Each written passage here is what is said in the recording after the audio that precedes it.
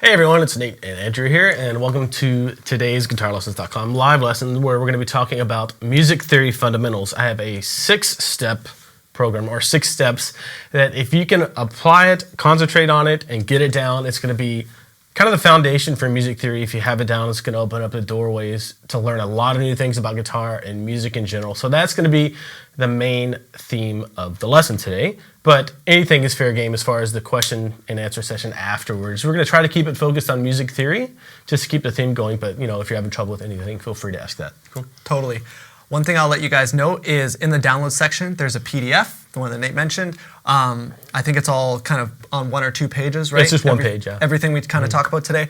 And then also there's an MP3 in there, which is just the jam track that Nate and I are going to be jamming over today. Yeah, and that jam track is in the key of G, which is going to be our example key for the day. It's talking about all the music theory stuff we're talking about. And it's great for working on finding out what chords are in a song, writing your own music using diatonic or naturally occurring chords and keys, and then just practicing using like major scales along to a song that uses all scales that are native or diatonic to a certain key. So that's the idea behind the jam track today. And one thing I did notice about the jam track when I was listening to it earlier, it uses 2 progressions that are like the most common progression in music. Yep. Right? I don't know. There's an amazing video out there where a guy plays 100 popular songs with 1 chord progression. Yep. That chord progression is in this song, so it should be fun. I won't tell you what song this is based off of, but I'll let you guess after we play along to it. Oh, interesting. I don't even know what song it's based on. Yeah, it's like a pop rock tune. So. Okay, cool. Okay, well, we should play, and while we're doing that, if you guys have any questions, music theory related or not, questions tab below the video player. Click on that. I know some people mentioned it wasn't working last week, so this week it is up and working. I already see some questions in there, so make sure you ask your questions. And while Nate's talking and stuff afterwards, same thing. If you have any questions, don't be afraid to submit them. Okay, the layout for this tune is intro, verse, chorus, and it just repeats all that over and over again. So it's kind of a nice, really predictable loop to play over. And what we'll do is we'll just play the rhythm part on the intro, then Andrew will solo over the verse and the chorus. Then I'll do the intro again, just jamming out rhythm stuff, and then I'll solo over a verse and a chorus, and then we'll call it a song. Cool. Yep. Sounds good.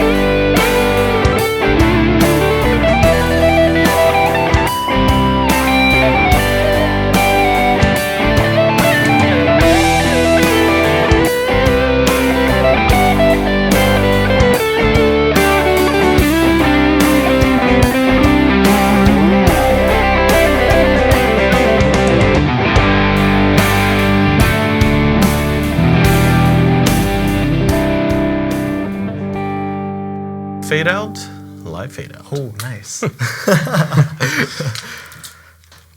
there's a lot of stuff going on there, but I try to keep what I was playing mostly to major scales and major pentatonic and minor pentatonic scales. So this, after all this talk on music theory and major scales as kind of our foundation, that's a really fun track with just to mess around with the major scale and see what you can do with it. Yeah, for sure. It's a cool song.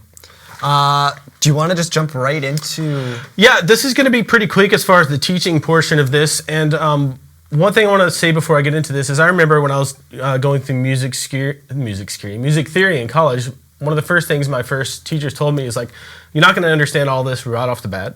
So just accept it for what it is, grab onto what you can, and then once you go through it again a few times, you'll get more and more until things come into focus really well. So if you don't understand everything presented here, that's fine. Just roll with it and try to pick up as much as you can and then review this stuff later and you'll pick up more and more until it finally becomes really clear to you. That's like my number one thing as far as getting into music theory if you're new to it. If you're not new to it, some of this stuff may be already, old news to you, but that's okay. We'll move on. And then you can get your questions in if there's anything more advanced you want to talk about. So the first thing, step number one is you have to know the musical alphabet, the natural musical alphabet. And this is really easy. It's just the first 7 letters of the regular alphabet, A, B, C, D, E, F, G. And one really good thing to do is to be able to say that forwards, A, B, C, D, E, F, G, and backwards, G, F, E, D, C, B, A. Just trust me on that. That'll help you out a lot in the future. Just work on saying it forwards and backwards. That's step one. Super easy. You got it down. Step number 2 is learning the difference between whole steps and half steps. And on the guitar, a whole step, for our purposes, let me turn this tuner off real quick. A whole step is just going to be pick any note on the fretboard and then go 2 notes or 2 frets away from that. That's a whole step. It could be up, it could be down. So I'm on a C note right here. Go up 2 frets, that's a D, so that's a whole step. Go 2 frets down from there to a B flat, that's a whole step as well, whole step down from C. Now a half step on the guitar, or semitone, is just 1 fret. So if we start on that same exact C note, instead of going up 2 frets, just go up 1 fret. Or just go down 1 fret.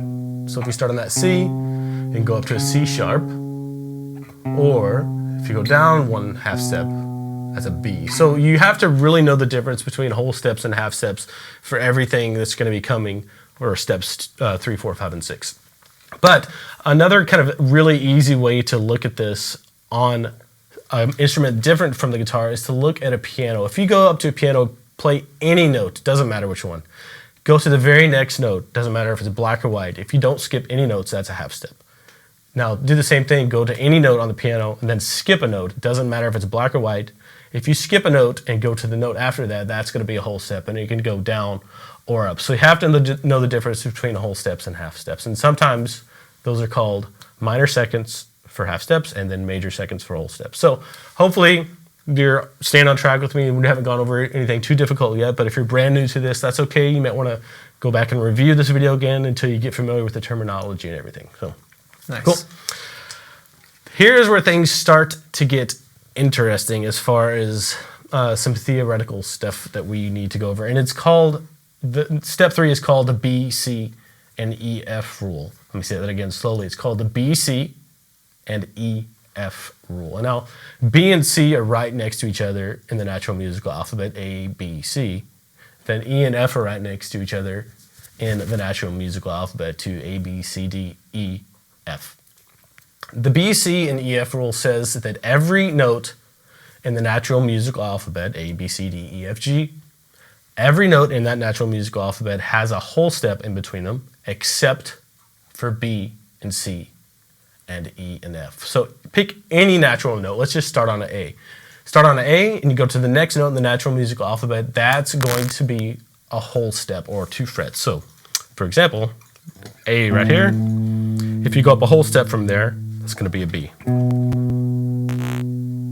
Now, the B, C, E, F rule, I'm going to state it again for you, says that every note in the natural musical alphabet except for B and C and E and F have a whole step in between them. So that means that B and C has just a half step in between them, and then E and F has a half step in between those two notes too. Every other combination of natural letters that are next to each other have a whole step in between them. So let's go back to our example, start on this A. And if you don't know that's an A note, that's fine, just kind of accept it. That's an A right there, 5th fret of the low E string.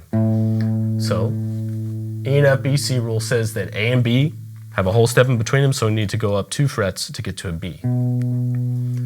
The B and C, E and F rule says that B and C has a half step in between them, right? So this is a B, you only need to go up a half step to get to a C, that next natural note.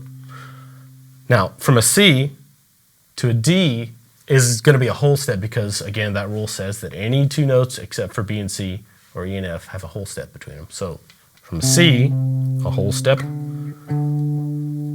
a D. Now, the same thing applies if you want to go from a D to an E. It's not a B or C and it's not an E and an F, so we need a whole step or 2 frets to get to an E. Now, we're on an E, so our rule says that E and F only have a half step between them.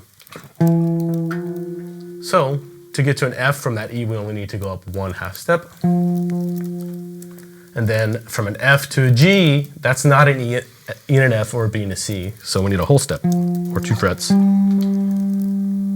So I know that's a lot to think about, but if you can just, for right now, kind of accept that for what it is, and then just think to yourself, B and C EF rule says that every natural note in the natural musical alphabet, every note that's next to each other has a whole step in between it, except for B and C and E and F. Those only have half steps in between them. So just remember that's a really easy way of kind of looking at it. And another way to kind of visualize this on an instrument besides the guitar is on the piano. If you look within an octave of a piano, A, all the way to a G sharp, you're going to see 2 spots that don't have black notes in between them, that have 2 white notes in a row.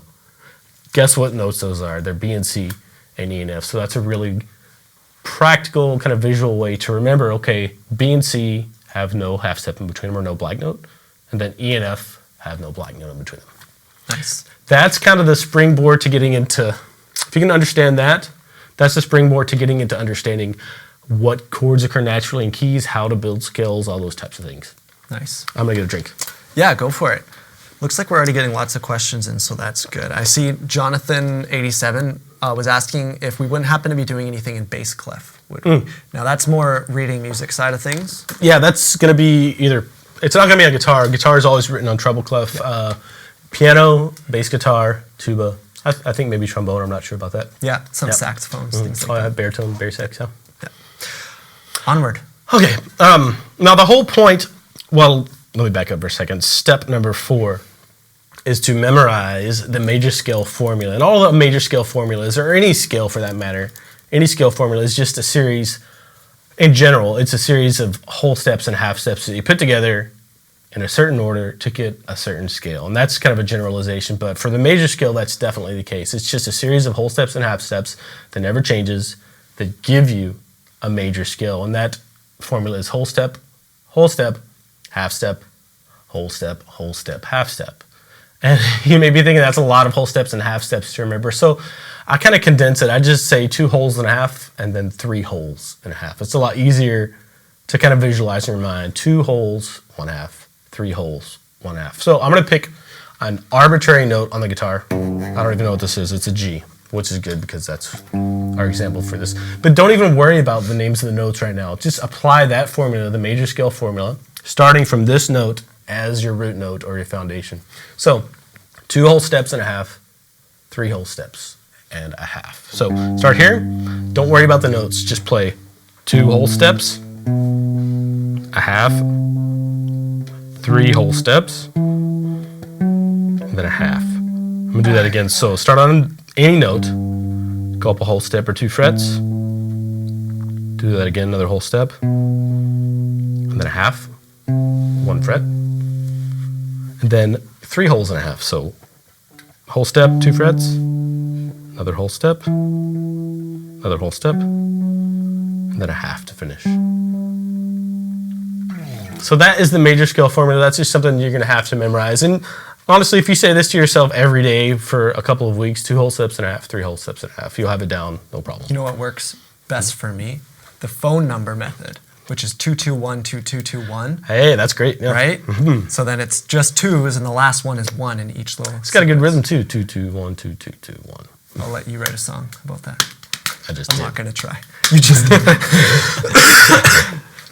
So, now getting out of the kind of more obscure, just putting whole steps and half steps together. What you have to learn how to do if you want to drill your keys and understand how keys work, understand how scales work, is start applying that major scale formula to an actual key and find out what notes are in a key.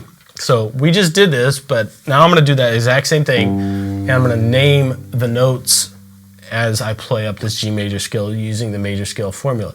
And the thing you have to keep in mind here when you do this is the B and C and E and F rule. That is going to dictate what your key signature is if you have sharps or flats, because you have to force the notes you're playing to fit the major scale formula. And sometimes when you do that, you need to raise certain notes or lower certain notes, and it causes them to be sharp or flat. I'll show you what I mean. So here's the whole half formula starting on a G.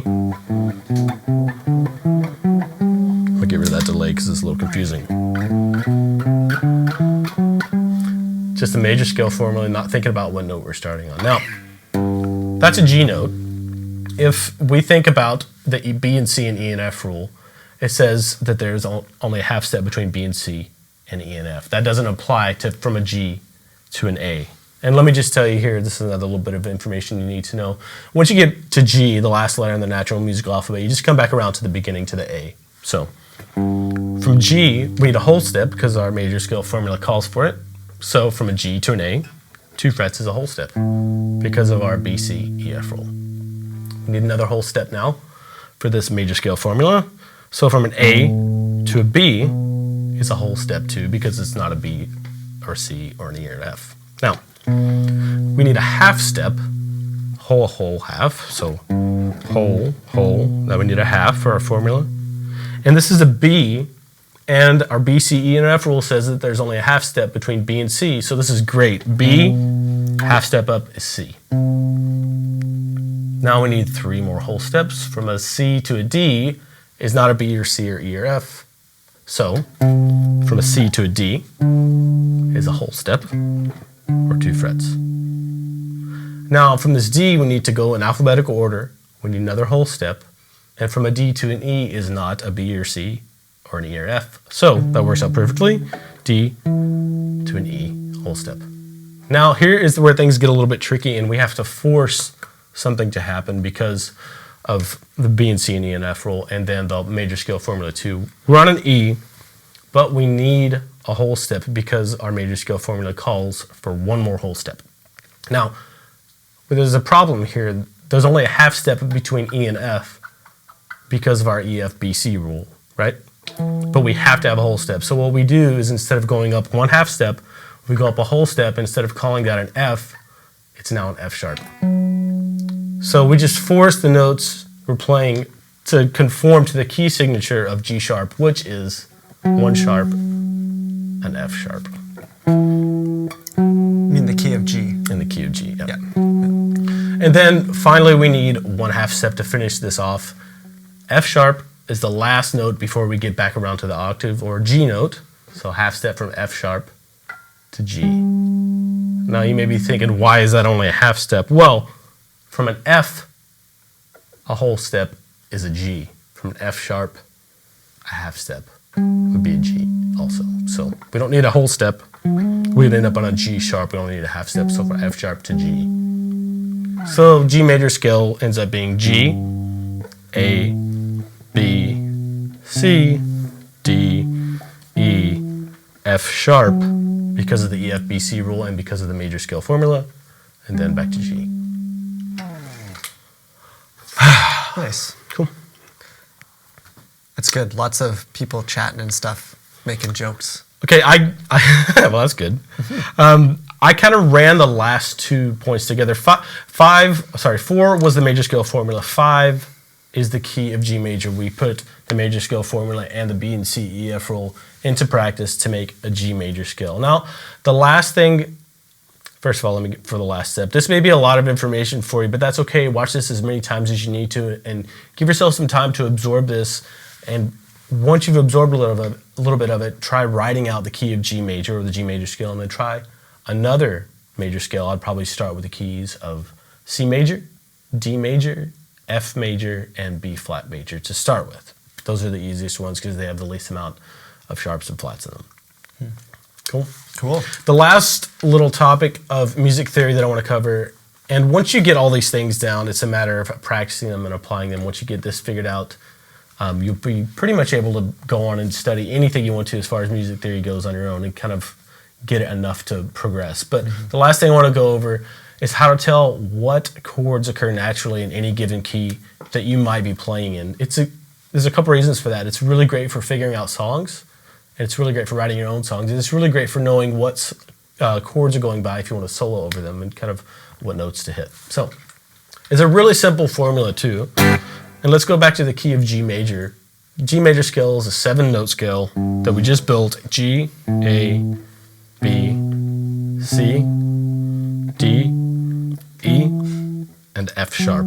7 notes, and then back to a G, right, the octave.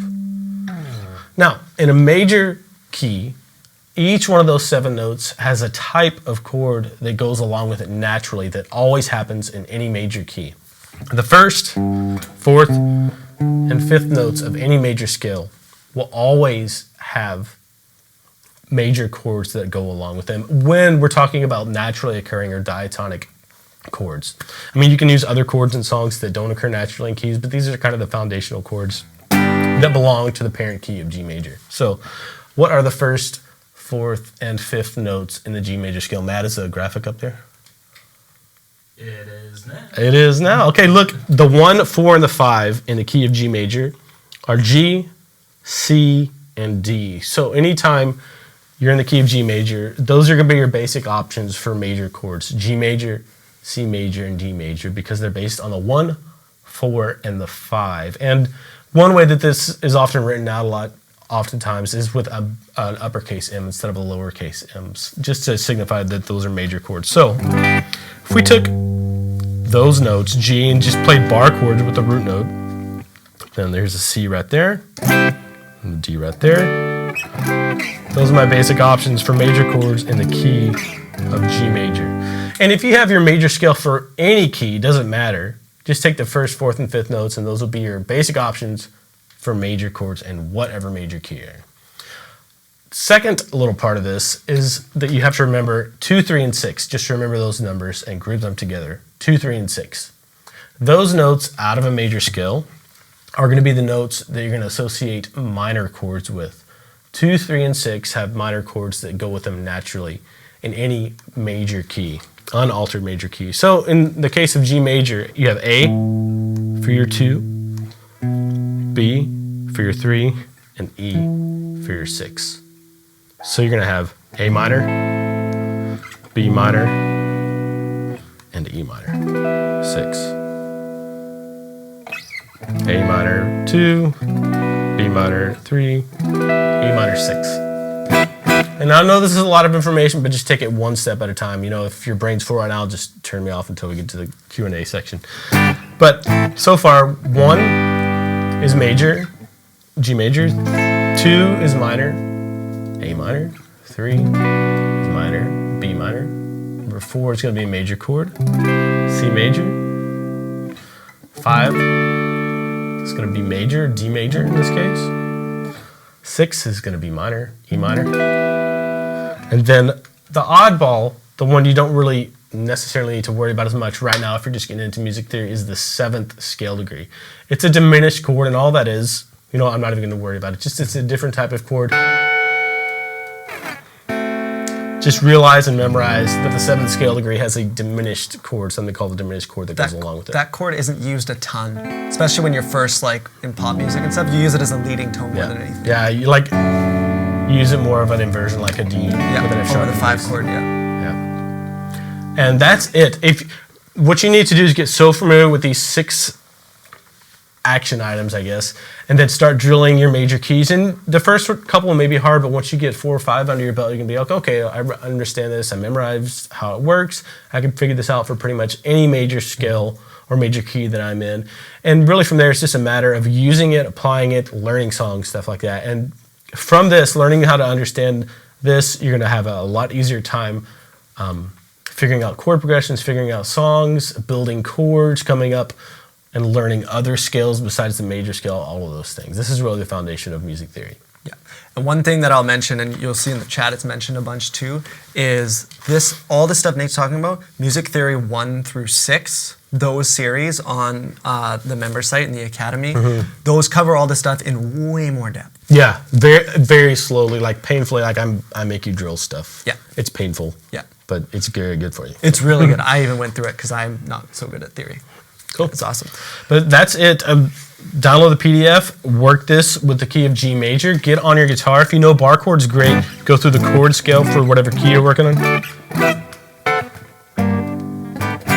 And do that with G major, pick a new key, maybe do F major next week, something like that.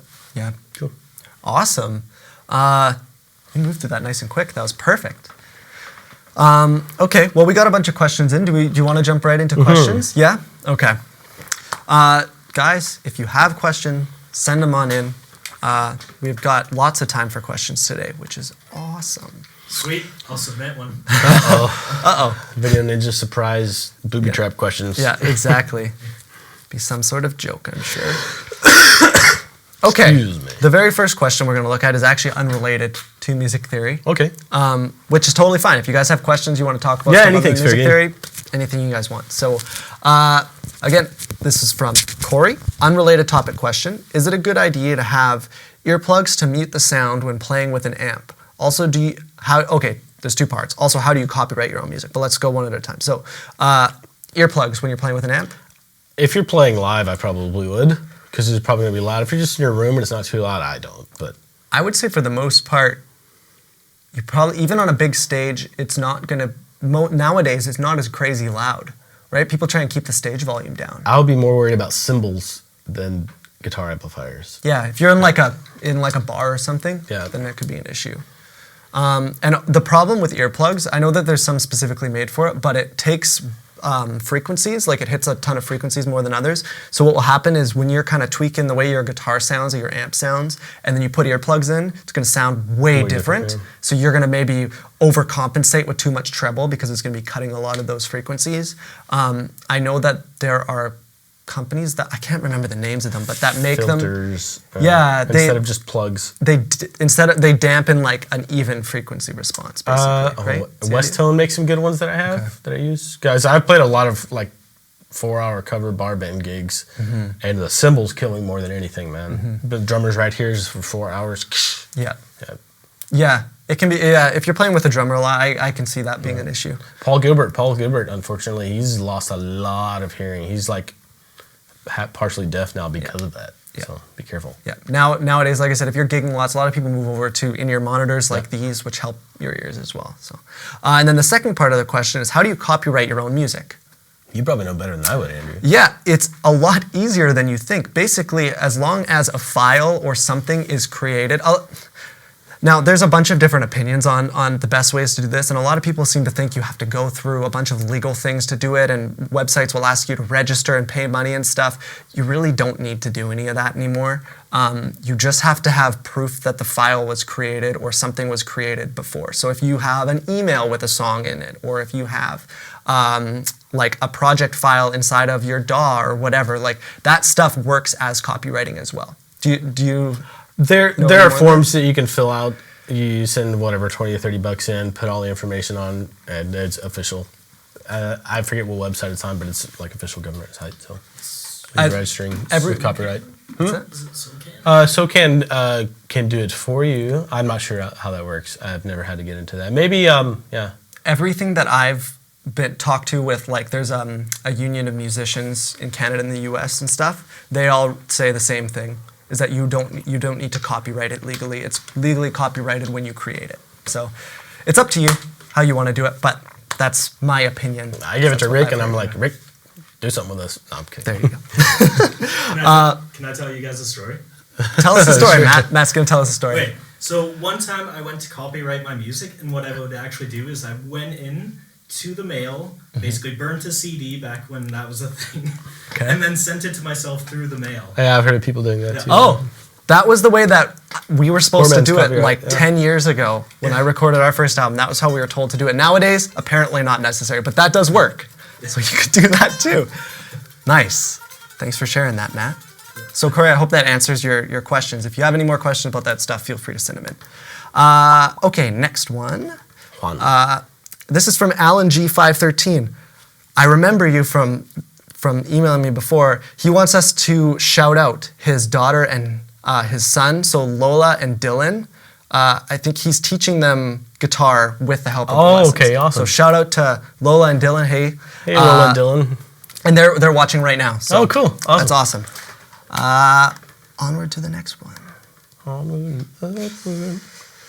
Okay, let's start getting into the fun stuff now. Oh. So this is from Piajutsu. I'm having trouble understanding the circles of fifths and fourths. Okay. Is that it? Period. Okay. Yeah. Cycle of fifths, circle of fifths and fourths, whichever way you want to look at it, to me is just a tool for figuring out key signatures and keys. B, E, A, D, G, C, F. F, C, G, A, D, E, B is the other one. So cycle of fourths and fifths one way. Say B. Sorry, F, A. Father, F, G, A, B, C. Fifths, Father Charles goes down and ends battles. F, C, G, D, A, E, B. Fourths, B, E, A, D, G, C, F. It's just a cycle of natural musical alphabet letters. So the cycle of fifths start on an F, and then go 5 letters away from that. F, G, A, B, C. Now start on the C and go 5 letters away from that. C, D, E, F, G. Now use that G as the one and go 5 letters away from that. G, A, B, C, D. And just keep doing that until you get back around to an F and you end up with F, C, G, D, E, A, B, E. E, B. Sorry, I had to flip that around. Anyway, Father Charles goes down and ends battles. And all that is, it's kind of a tool for understanding keys and key signatures. And that sequence, starting on the F, is never going to change. But your kind of starting point or reference point with that is the C, Father Charles, the second letter there. Because the key of C major has no sharps and no flats. Okay?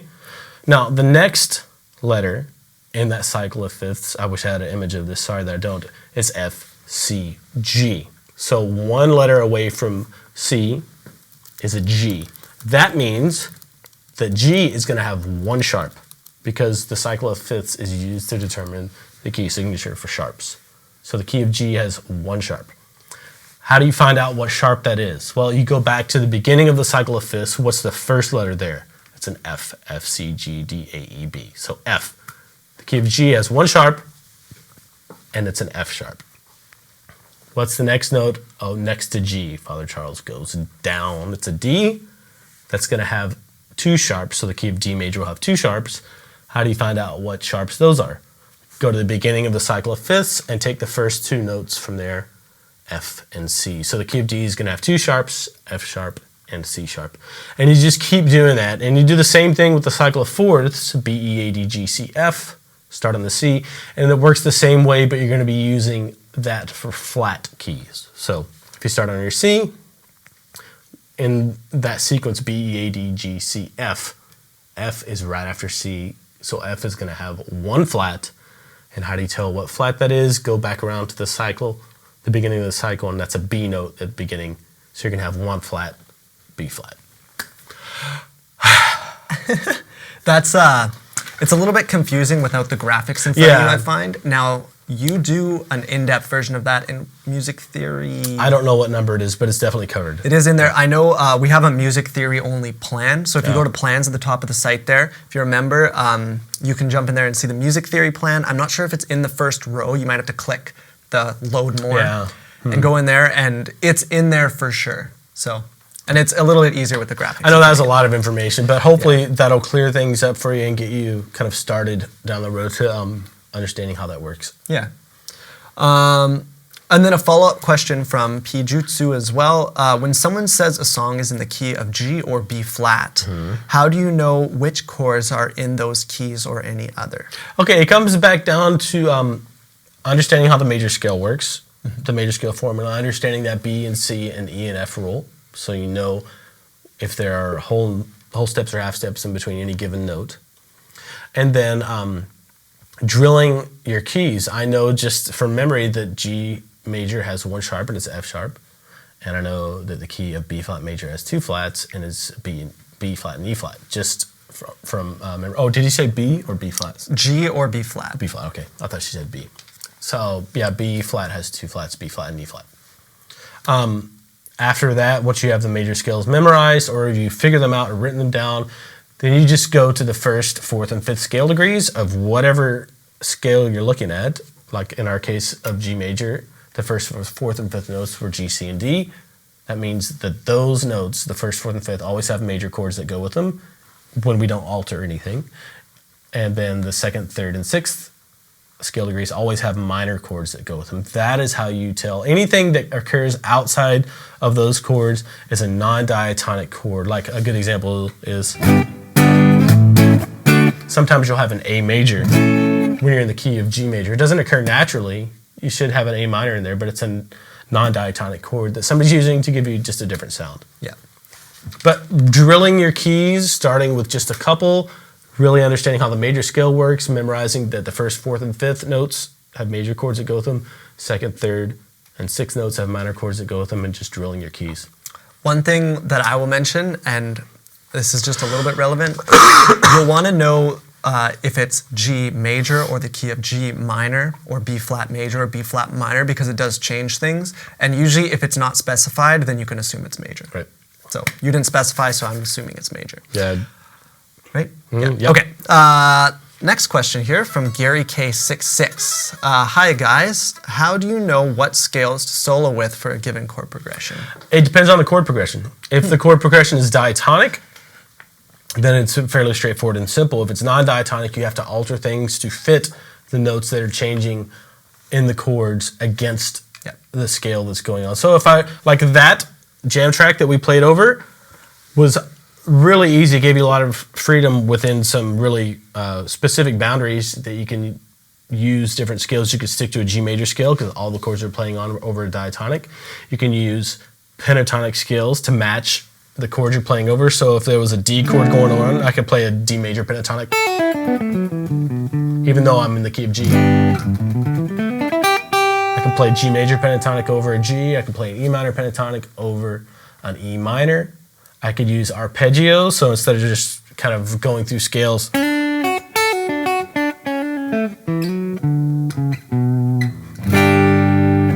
and those types of things. Now, if, for example, I was playing a G major and I had an F major there.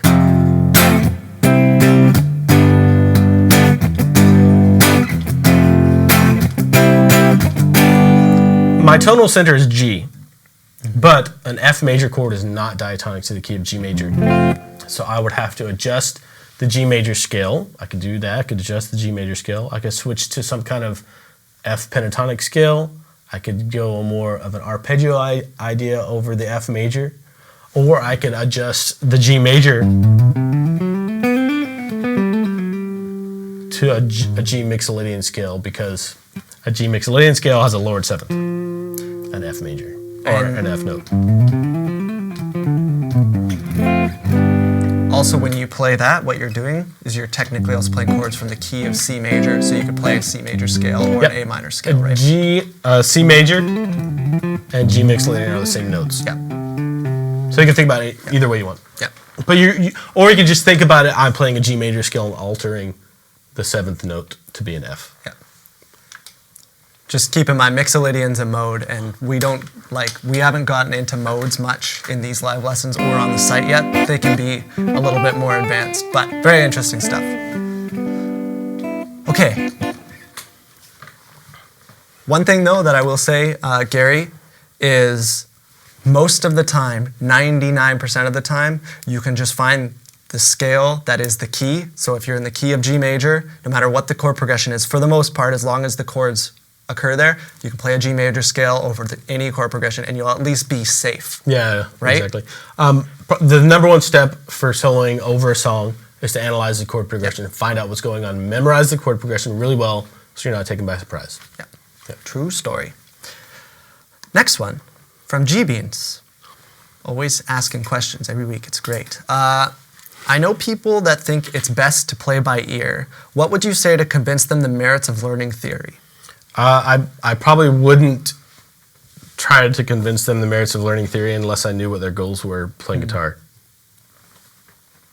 If that makes any sense. Yeah. If all they want to do is sit down and be able to jam, then just play by ear or play along with a CD. Then might not be worth their time to learn theory. But along that line, I would say if you do know your keys and you know how keys work, it's going to make learning songs a lot faster.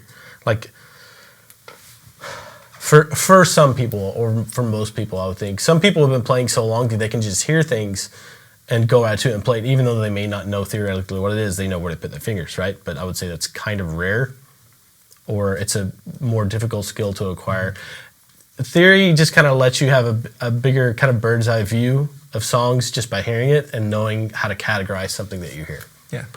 I didn't learn theory. Yep. So when I learned how to play, because I didn't have a teacher, I don't want to say I only play by ear, because now I know enough theory to get me by, especially when I learned a lot playing in church when I was really young, about changing keys and knowing notes and keys. So I learned that really early on. But beyond that, a lot of the stuff that I do, which sometimes results in me screwing up and playing bad notes and stuff. But I didn't really learn theory, and I try to now, but I find it kind of can take away from the way that I approached things. So I think it's different strokes for different folks, right?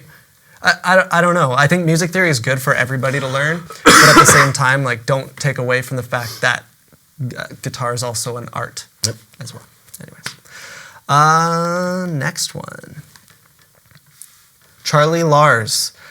Nate, I know what a major chord is, 1, 3, 5, and minor chord is 1 flat, 3, 5. But what is the formula for a diminished chord? Diminished chord is just the next kind of collapsing of a minor chord. So if you have a major chord right here, kind of even, Matt, which camera should I go to? If you have a major chord right here, when you make a minor chord, you take that third and you lower it down a half step, right? Now, a diminished chord is when you take the fifth on top and lower it down a half step as well. So you have this collapsed minor third and minor third. A major chord is a major third with a minor third on top. A minor chord is a minor third with a major third on top, and then a diminished chord is just 2 stacked minor thirds. Nice. That was cool. I like that with the examples with your fingers. Let me give you a guitar example too. Here's that major triad, root, third, fifth. It's the third right here. Lower that 1/2 step. And now the fifth is up here on the B string. I'm going to lower that 1/2 step. Diminished. And for good measure, augmented chord is when you raise the fifth by 1/2 step. So you have 2 major thirds stacked on top of each other. So those are your 4 basic types of triads. Cool. Nice. People are asking you to just play the whole rest of the lesson. They're just listening to you play. So, no. More than one note.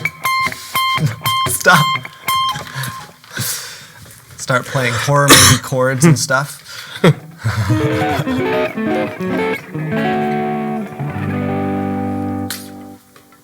I'm glad that got somewhere. It landed, it's fine. Okay, next one is from Les Acadians.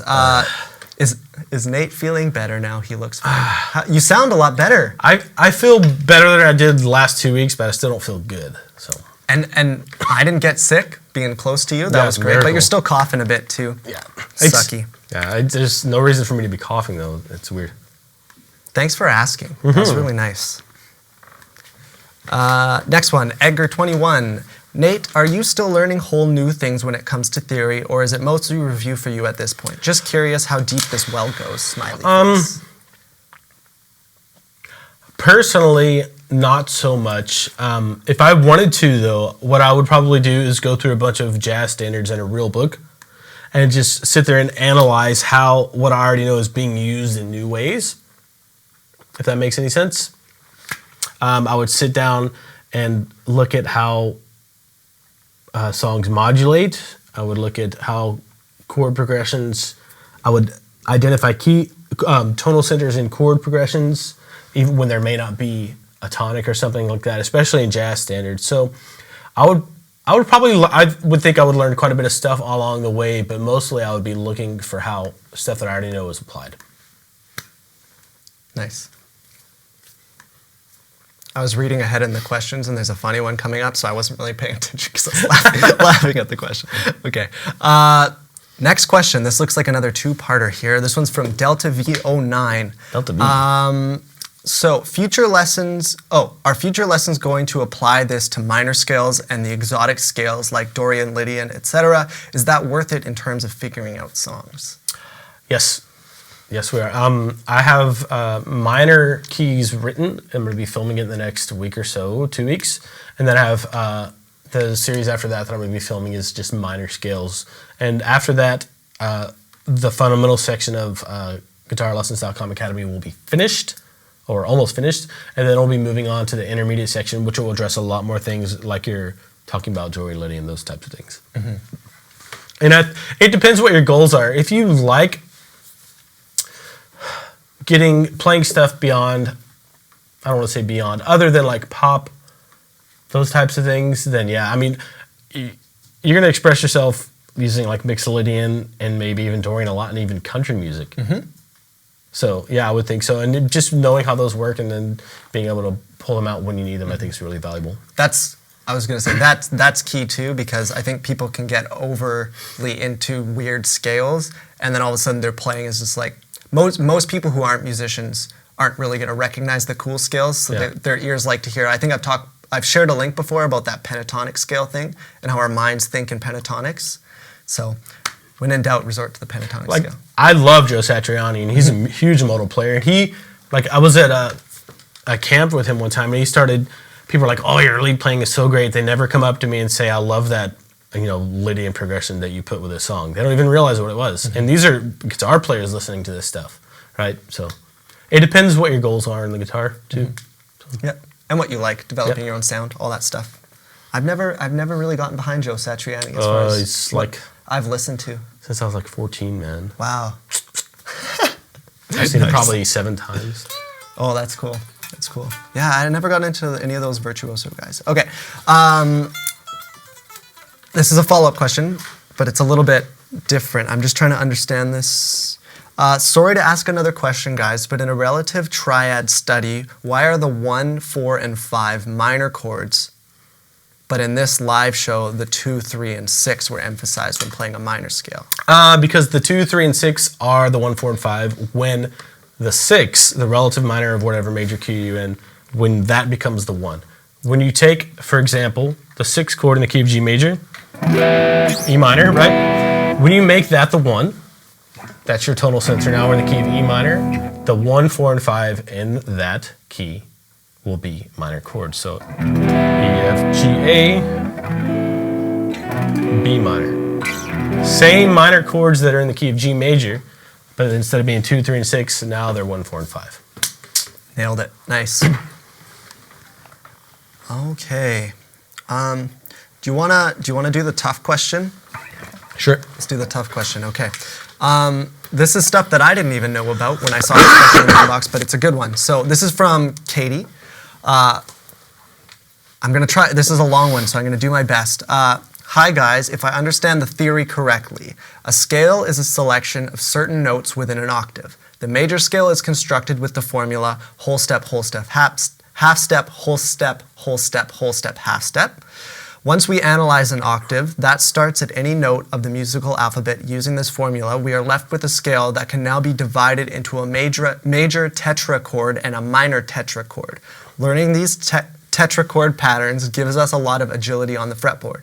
Please explain how to satisfy the ultimate goal of knowing where to go on the fretboard at all times using these tetrachords / formula. Thank you so much. when I first learned about tetrachords, I learned about them from an incredible guitar player, but he wasn't that great of a teacher. He's an incredible author too. And what I picked up from it is it's a way of chunking up the 3-note per string system of navigating the fretboard. So if you have a G major scale,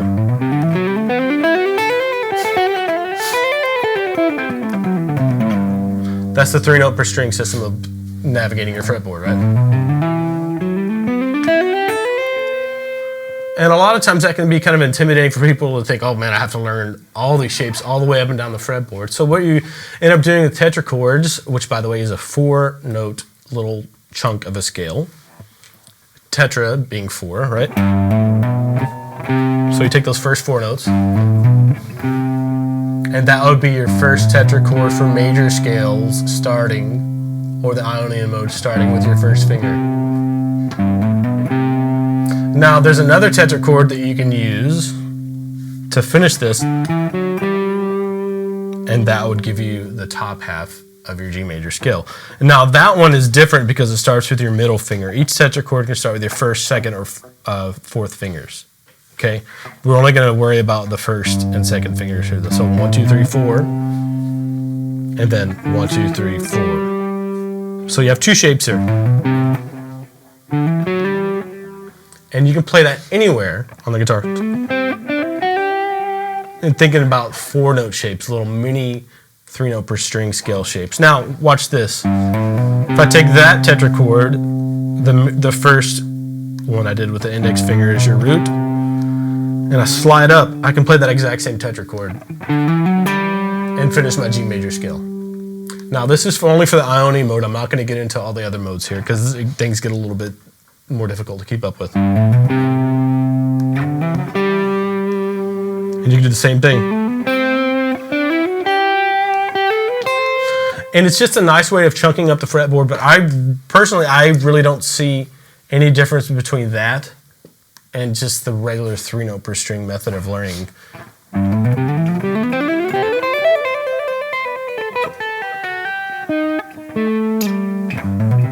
So if I had the regular 3-note per string method, I don't really differentiate tetrachords from that. You can if you want to, if it helps you to think, okay, 1, 2, 3, 4, there's a 4th scale degree right there, and then you start on the 5th, 5, 6, 7, 1. That's the biggest value I see out of it, but I don't see any differentiation between learning tetrachord shapes and learning just the regular standard 3-note per string method for navigating the fretboard. Cool. Thank you. Because I had never heard the term tetrachord before until today. I find that, at least in my experience with it, I find that piano players use it a lot more. I don't know why. Interesting. But, yeah. Interesting. Okay, we don't have a ton of time left, but we have like 6 or 7 questions to get through, so we're going to fly. Okay. This is not a question, but J-Rod just mentioned the cycle of fifths lesson / circle of fifths lesson is in Music Theory 4 Video 2. Oh, perfect. Thank you, So for those of you guys that want to jump into that, Music Theory 4 is the series, and video number 2 is where Nate talks about it. So, cool. I would have had no idea. there you go. Another one from Alan G513, concerning modes, can you move modes up and down the fretboard in the same way you can move major scales / pentatonics? Yeah, there's no difference. Yeah.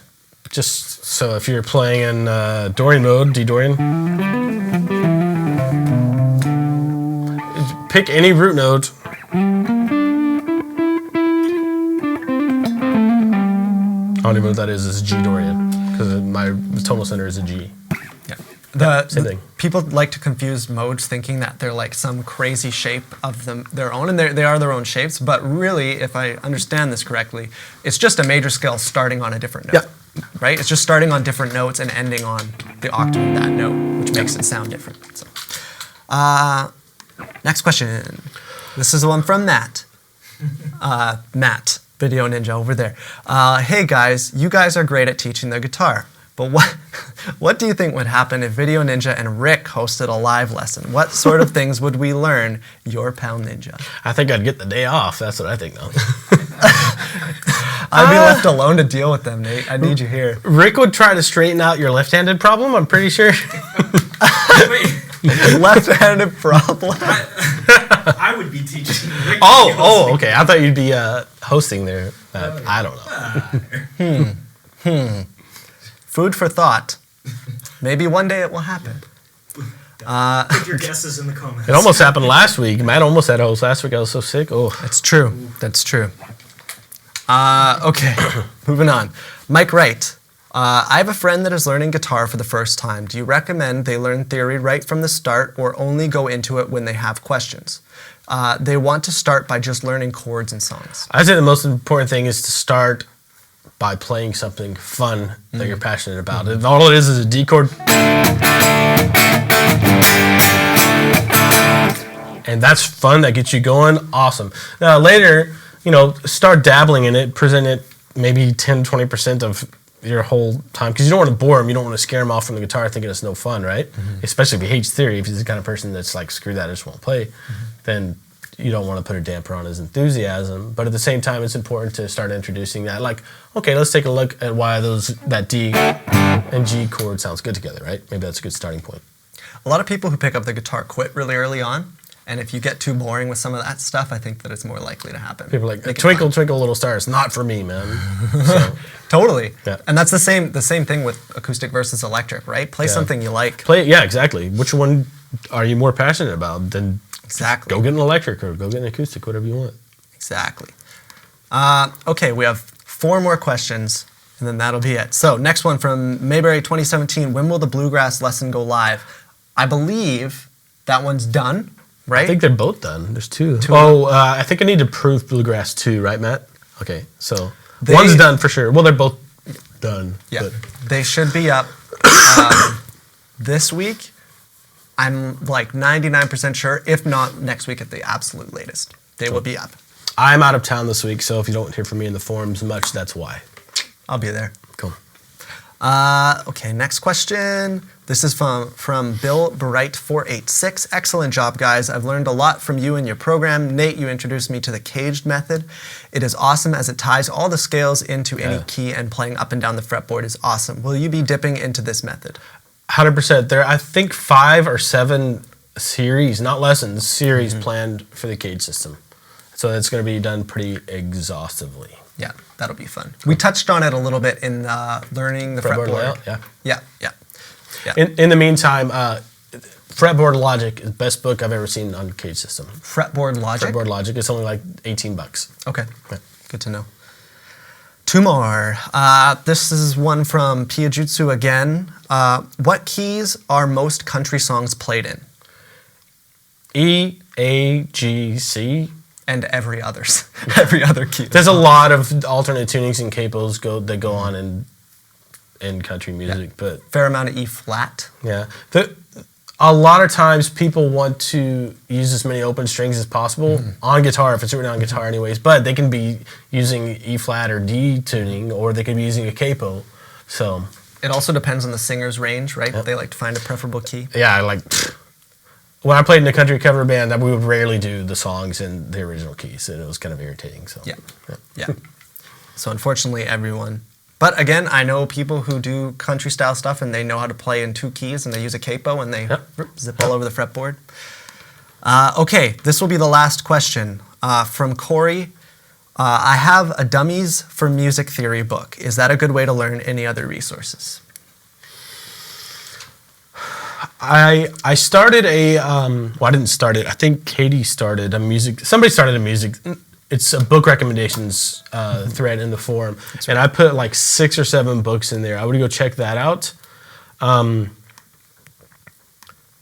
problem, I think, with like books for dummies as far as music theory goes is like you can read through a theory book and you really don't learn anything. You have to apply it, whether that's through a workbook, whether that's just through writing keys out or writing the chords in a certain key out. You have to apply it and write it out and use it. Otherwise, it's not going to make much sense in any context. With that in mind, it's any resource you can have for learning music theory, I think is good because they're all going to present in a different way that might be more appealing to you. It might be presented in a way that you learn better from it. But I really think that getting something with a workbook, or like all the music theory lesson series, when we go over a new key, there's worksheets for you to write out. Say we're going over the key of E major in this lesson. Using for example, there's a worksheet where you have to write out the key of E major and the chords in the key of E major 10 times each. So doing something like that I think is important regardless of what book or method you learn music theory from. Now, having said that, I learned from a very classical part writing music theory book in college called Tonal Harmony, and that is very, very exhaustive. But there's a lot of stuff you probably won't use as a guitar player. But it also, you can get a workbook with it too, which is great because you can write out everything that you're working on and really memorize it and internalize it. What's another one? The music theory for the practical person is a really good one. It's very concise though. You have to take it upon yourself to like drill all the stuff you go over and make sure you have it down really well. I can't think of any of the other books at the moment, but in the forum, that thread there, I'm sure that there's at least 6 or 7 books with descriptions of them and links to them on like Amazon, stuff like that. And I think the best place to at least start with that is going through music theory 1 through 12. Is that how many there are? I don't even know. There's a lot. It's in the music theory, the plan, again, on the site. Go through that and go through the reading rhythms and reading sheet music at some point as well. I think that should give you a lot. I try to apply it to what your playing goals are too, because if you just memorize a lot of information, you're not going to have any context for it, and it's probably not going to stick that great. So if you're learning, I don't know, a Metallica song, take a look, go through minor keys, and then look, because it's probably going to be in a minor key, let's be honest, and then see what chords are in there. Analyze the song and say, okay, these chords are diatonic to the key of whatever, E flat minor, and then these aren't. Where do these other chords come from? Yeah. Cool. Great. Anything else you wanted to talk about, Nate? Is that? I don't think so. Download the jam track, and just, if you are new to the guitar and you just have a major pentatonic or major scale learned, just experiment with that major scale. See how each individual note sounds over that chord progression. When the chords change, and if you're more advanced, tear it up, maybe even post a video of yourself jamming along to it. That would be awesome. I'd love to see that. Okay, guys, thank you everybody who came out. One thing I will mention, I just remembered. Next week, we won't be doing a live lesson because Nate's gone and Matt's gone, and I can't sit here and be over there at the same time. It just doesn't work. But the week after that, so Tuesday, April 11th, Nate's fiance is going to be here, Chelsea, and she's an amazing singer-songwriter, so they're going to be going over songwriting with the guitar. Yeah, I'll post some information where you can check out some of her music and get a feel for what you're going to be hearing there as far as songwriting and stuff goes. That one's going to be good. I think everybody is going to get something out of that one. Yeah, for sure. Really good, really good. So, guys, thank you for coming out. Thanks for all the questions. That was really awesome, and we will see you guys next time.